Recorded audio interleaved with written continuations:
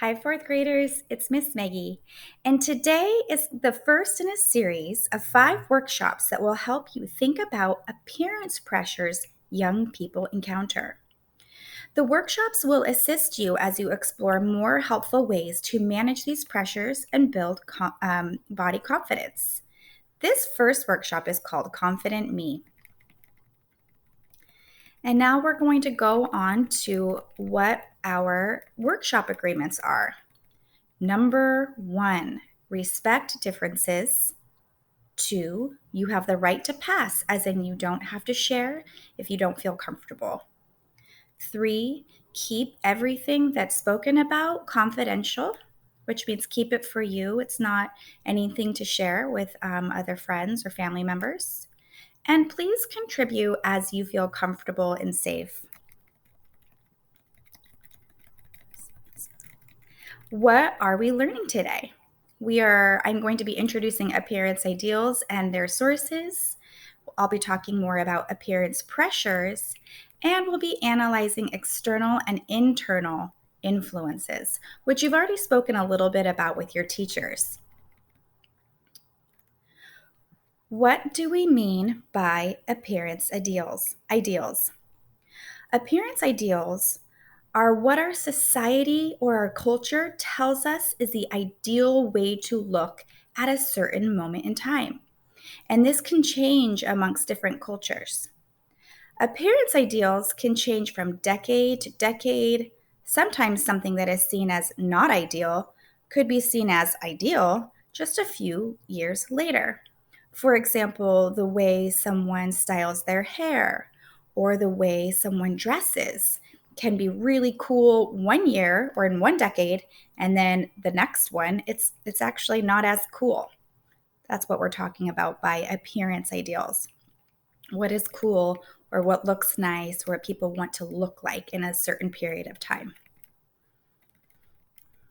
What do we mean by appearance ideals when we're talking about us? So I want you to think about this. Can you think about 1 or 2 examples of what society tells us are the appearance ideas for boys or the appearance ideals for girls?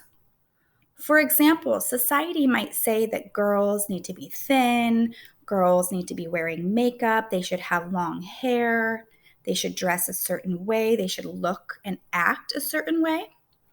And appearance ideals for boys might be that they need to be strong, they need to be masculine, that men and boys shouldn't cry, right? They need to be tall, they should play sports. What do you think about that?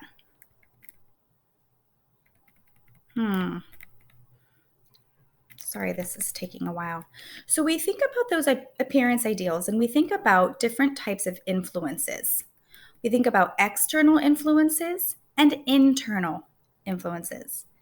External influences are standards we observe or hear from people, the media, which means like if you have TikTok or Facebook or Instagram or even the news or television or movies or magazines.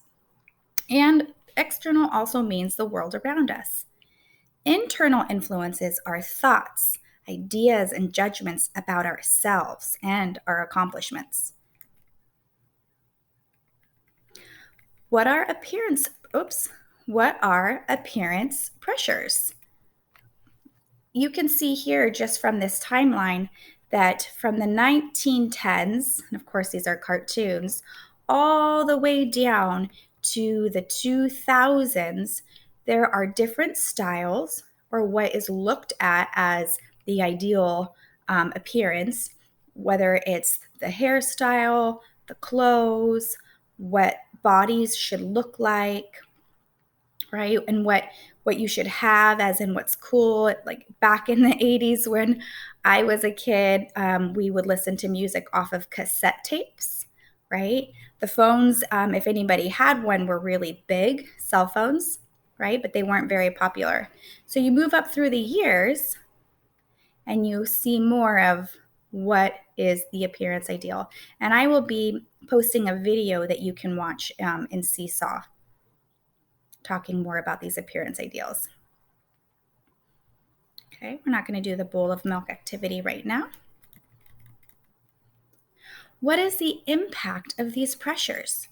So, when you see or you hear something of how you're supposed to be, how does that affect you? Does that make you feel good about yourself? Does it make you feel bad about yourself? Does it make you want to compare what you look like or who you are? Hmm, something to think about. Okay, so some influences can be family. External influences can be family, peers, school, community, the media, technology. Internal influences can be feelings, your wants and needs, likes and dislikes, personal beliefs and values, and social norm perceptions.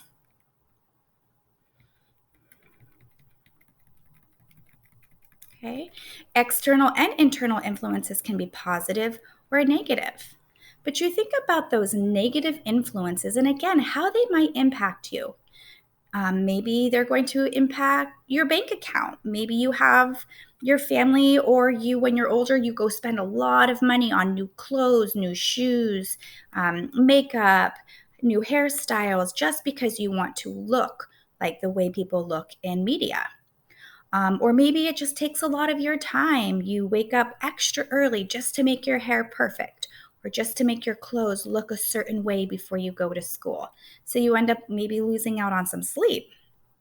Okay, so time and money and just overall um, your sense of confidence is decreasing because you can never achieve what you're trying to achieve. Okay, so I want you to be thinking about this, fourth graders, as we move through in this workshop of what our external and internal influences are, which ones are positive, which ones are negative, and how can we really just build up our self-esteem and in telling ourselves every day that we are enough and that we don't need to look like anyone else and there shouldn't be any normal ideals for what it looks like to be a girl or looks like to be a boy, that we really can choose who we want to be that makes us the most happy. All right, I hope you have a good day. Bye-bye.